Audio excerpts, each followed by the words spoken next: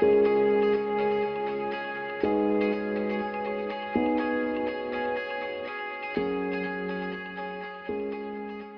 folks, I'm delighted to be joined again this morning by Ciarán Roche, Risk Manager with FBD.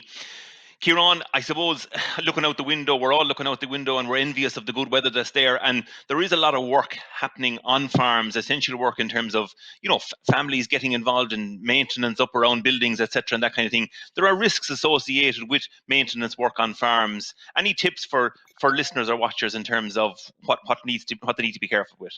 Yeah, I suppose farm maintenance and farm buildings, potentially have a lot of risk involved with the activity. This week we were meant to have the National Farm Safety Conference, and one of the issues we were going to highlight at the conference was the farm building and work at height. And any work like this, takes serious consideration in relation to the risk, and special care needs to be taken in relation to work at height. Farm building is very dangerous. We know in the last 10 years there have been 15 fatalities on farms that related to either construction or maintenance work, and two-thirds of those related to the work at height. FBD have worked very closely with the Health and Safety Authority and Teagasc, and we've produced guidance in relation to building safety, and they're available online or from offices when they're open again, but online they're available at the moment. But extra care, we know there's a lot of work that's been done. It is really important that you maintain your buildings in good condition, whether it be roofs, whether it be facilities for handling stock, because you can't do your job safely unless they're in good condition. But it's important that the care is taken.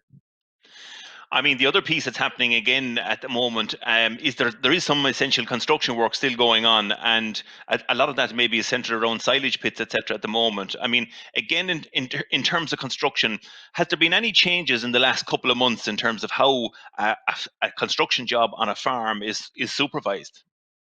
Yeah, there hasn't been huge change, but there have been a number of prosecutions from the Health and Safety Authority. And one of the areas that they're focusing on is the appointment of project supervisors, design process and construction stage. So if you're carrying out any work on your farm where it's going to take over 30 working days, 500 person hours, or a particular risk, so maybe working on a fragile roof, or more than one contractor, there's a legal obligation to appoint that project supervisor construction stage. And that's the person who's responsible for managing safety on the site. So they put in risk assessments, method statements, ensure that that excavations are done properly, that if you're working at height, there's safe working platforms. So they ensure that the whole process is done safely and people working on the site are competent to know and understand the risks. And does that project supervisor then take responsibility, Ciarán, or is it still the I suppose the onus is still on the person that's carrying out the construction, or how does that piece work? Yeah, well, within legislation, the client in this case would be the farmer. He has an obligation to appoint a project supervisor. And once he appoints that person in writing, they take on the responsibility in relation to that.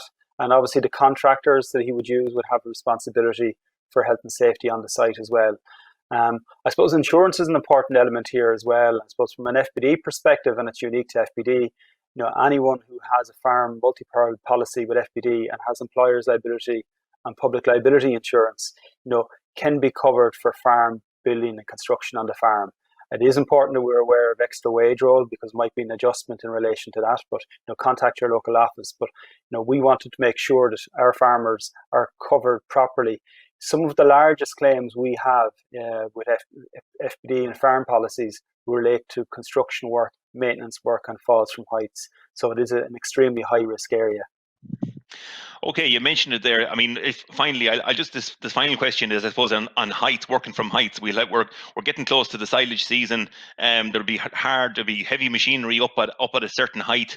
That whole piece from working from heights, it always is a critical area that farmers need to be aware of.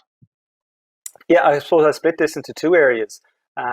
Work at height, there is a hierarchy of controls. So if you can avoid work at height, you avoid it. If it needs to be done, you put appropriate preventative measures in place. So use the likes of scaffolding, mobile elevated work platforms so you can work safely. And if you can't use tools like that, reduce the risk. So maybe use safety harnesses as appropriate. So it's about knowing the risk and understanding it. Make sure people are skilled, they use the appropriate equipment. But it's also the piece that we looked at silage. So last year we had some silage pits, that were as high as 30 foot plus. That's extreme height. So it is really important that the silage pit, is large enough to take the silage, and that you're not going too high, because there's a risk of it collapsing. Now the side of the silage pit should be at 45-degree angles, and the operator up on the silage pit needs to take great care. But it is important that they're built safely, because we don't want to put any operator at undue risk during the silage time. Ciarán, it was great. We'll touch off this again, I think, in the coming weeks as the season gets busier in terms of the silage and the hay and straw move on into the season. So thanks for the timely updates. We'll be in touch. Thanks, Billy. Thanks, Jack.